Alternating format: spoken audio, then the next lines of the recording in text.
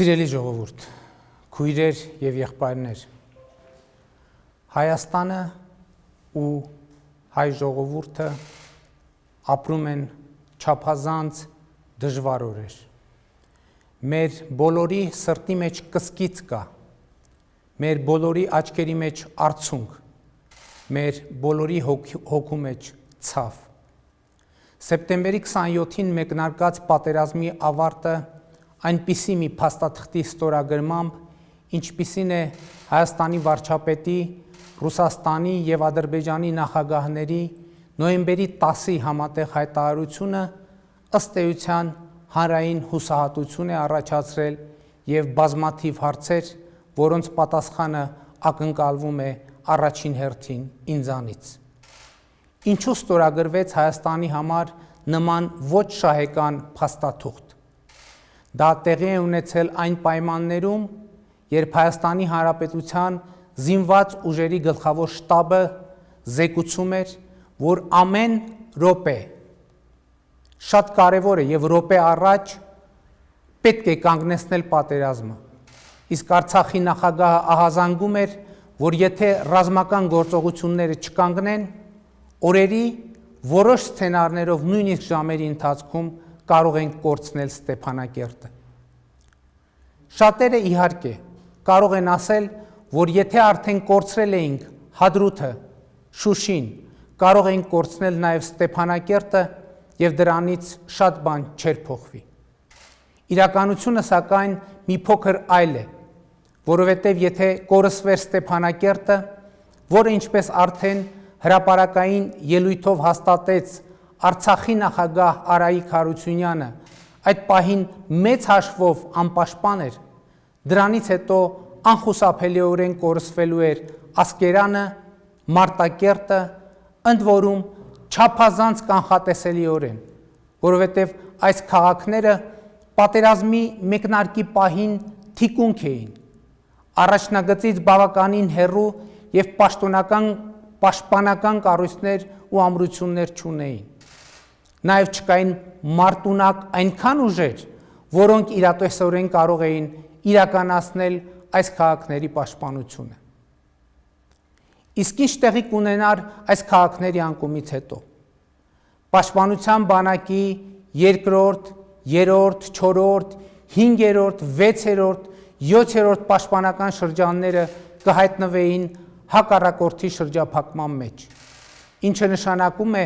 որ մեր ավելի քան 20,000 զինվորներ եւ սպաներ կհայտնվեին հակառակորդի զորքերի կողմից օղակված վիճակում, անխուսափելիորեն հայտնվելով զոհվելու կամ գերեվարվելու հեռանկարի առջև։ Այս պայմաններում հասկանալիորեն անխուսափելի կլիներ նաեւ Քարվաճառի եւ Քաշաթաղի շրջանների անկումը հանգեցնելով ամբողջական աղետի։ Շատերը ժամանակի տրամաբանության բերումով հնարավոր է հարց հնչեցնեն,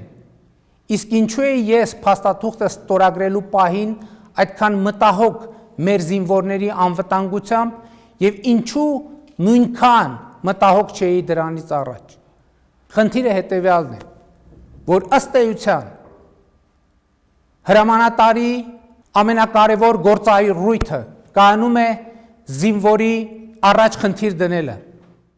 որոնք ունեն կոնկրետ մարտավարական կամ ռազմավարական նպատակ։ Եվ հրամանատարը այդ խնդիրներն առաջադրում է հասկանալով, որ դրանց կատարումը կարող է հանգեցնել զինվորի զոհվելուն, հանուն հայրենիքի զինվորի զոհվելուն։ Փաստացի լինելով գերագույն հրամանատարի դերում, պատերազմի մեկնարկի առաջին օրից հենց այդպիսի խնդիրներ եմ դրել բանակի զինված ուժերի առջև։ Բայց երբ ստեղծվում է իրավիճակ, երբ զինվորը որևէ կերպ չի կարող ազդել իրադարձությունների հետագա ընթացքի վրա, արդեն ոչ թե զինվորը պետք է զոհվի հանուն հայրենիքի, այլ հայրենիքը պետք է զոհաբերությունների գնա հանուն զինվորի։ Հրամանատարը ոչ թե զոհվելու հրաման պետք է տա զինվորին, այլ ինքը պետք է զոհվի հանուն զինվորի։ Այս գիտակցությամբ եմ ստորագրել բոլորիդ հայտնի տխրահռչակ փաստաթուղթը Եվ այդ փաստաթուղթը ստորագրելիս հասկացել եմ, որ անձամբ իմ զոհվելու հավանականությունը չափազանց մեծ է, ոչ միայն քաղաքական, այլև ֆիզիկական իմաստով, բայց 25,000 զինվորի կյանքը ավելի կարևոր էր, կարծում եմ նաև ձեզ համար։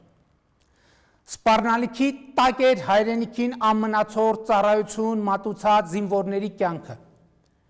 Ընդ որում այդ զինվորները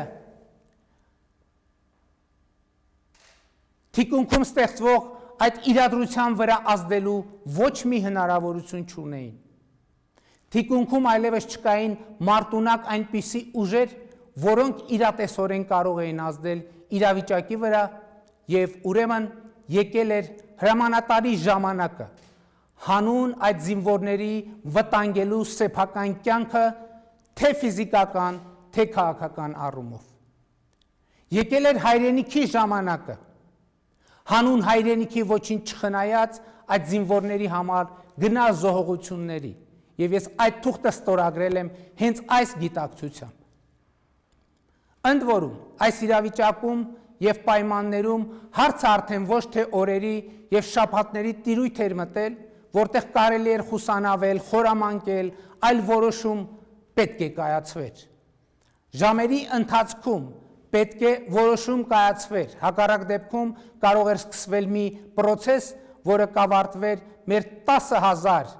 20,000, 25,000 զինվորների զոհվելով կամ գերեվարությամբ։ Շատերը հիմա նաև այսպիսի հարց են շրջանառում։ Իսկ ինչու հրաժարական չտվեցի այդ թուղթը չստորագրելու համար։ Որովհետև դա կնշանակեր դասալքություն։ Դա կնշանակեր հանուն զինվորի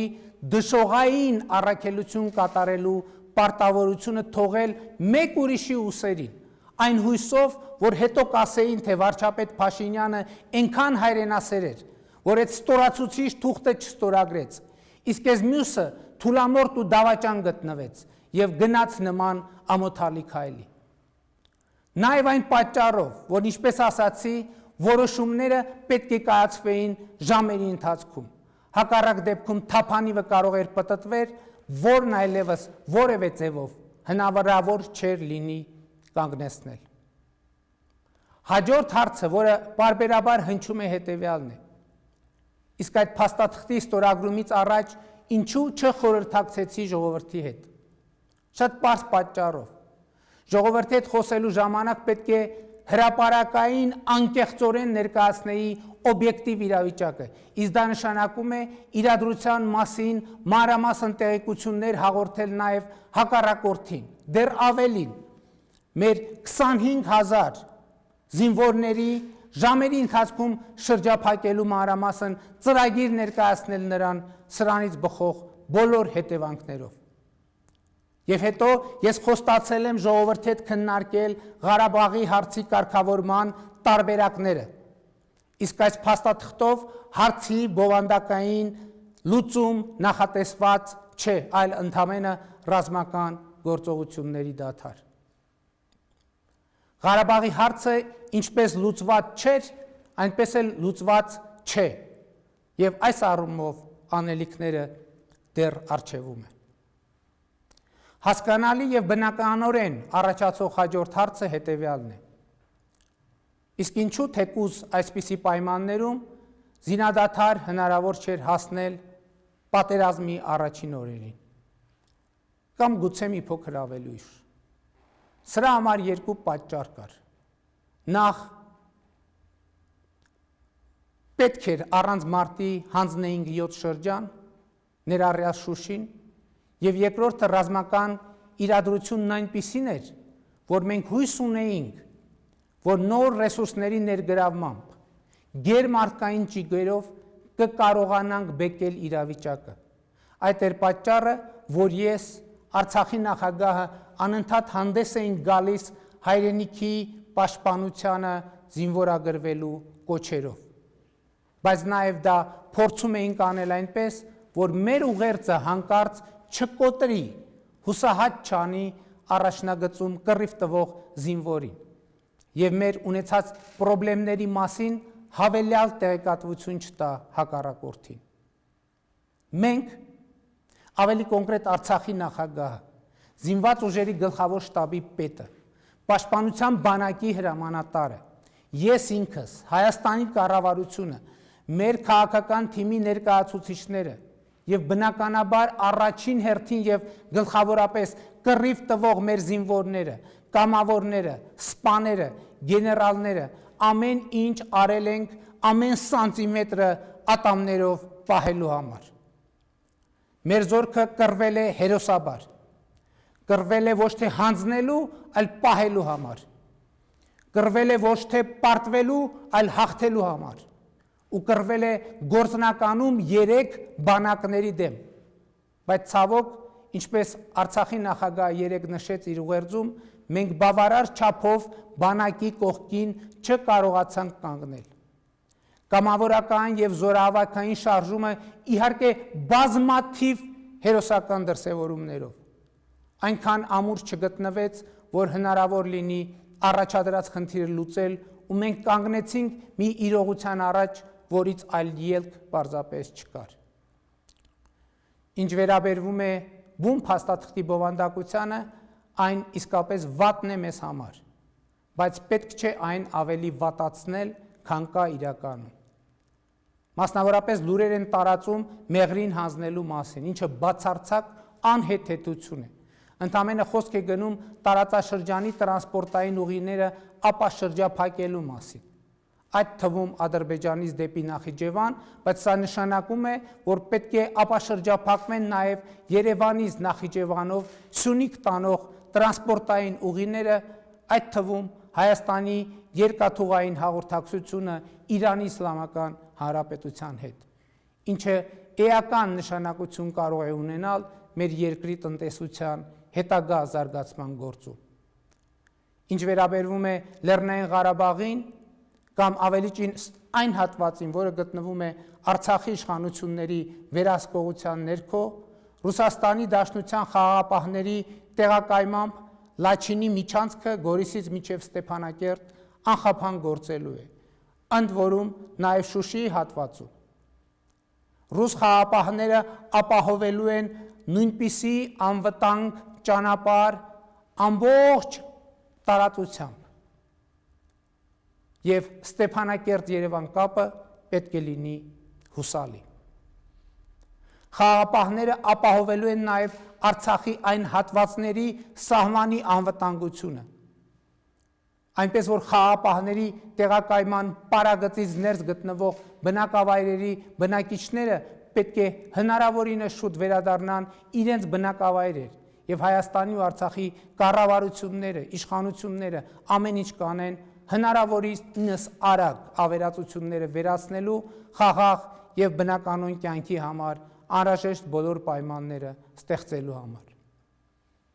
Սկզբունքային կարևոր նշանակություն ունի Ղարաբաղի հարցի վերջնական լուծման եւ Արցախի կարգավիճակի հարցը։ Այս մասով մեր անելիքները չեն փոխվում եւ Արցախի հանրապետության միջազգային ճանաչումը դառնում է բացարձակ առաջնահերթություն եւ ըստ էության